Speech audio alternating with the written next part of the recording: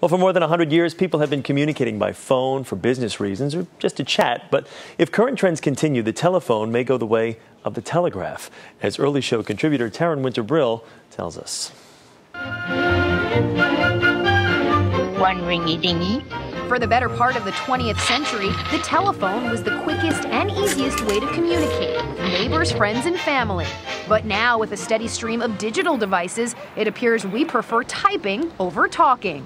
I just can't stand chit-chatting on the phone. I hate it. It's easier to email your office coworker who's across the hall than call them. Across 2 desks away. Increasingly, the phone call is being replaced by email, and even more so, texting. When you're trying to connect with somebody, do you typically email them, text them, or actually call them? Text them all the time. No phone calls? No, not anymore. Our cell phones are turning us into writers. It seems that actually writing is a much more natural way of communicating than we ever dreamed was possible. And the text is a way for that dream to come true. Texts are making the dreams of cell phone companies come true, too. Over the last 4 years, the major phone carriers have seen huge jumps in the number of text messages sent.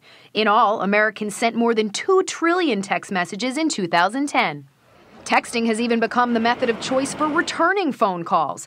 Hey, Elise, it's Taryn. I wondered how my friends would respond to voicemail for me, so I called 7 of them to make lunch plans. I reached one. Hey, Deb, what's going on? And left messages for the rest. How are you? By the end of the day, I'd heard back from 6. 2 actually called me back. The other 4 wrote me back. But then again, maybe I'm lucky they even got my messages in the first place. You have no new messages.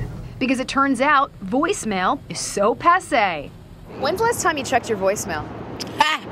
I tell them not to send me one. I leave it on my voicemail. Do not leave a voicemail. Oh, that's what you said? Yes, I won't check it. Even in business, voicemail has become more nuisance than must-have. Early Show producer Deb Huberman hasn't checked her office messages since November. Your mailbox is full.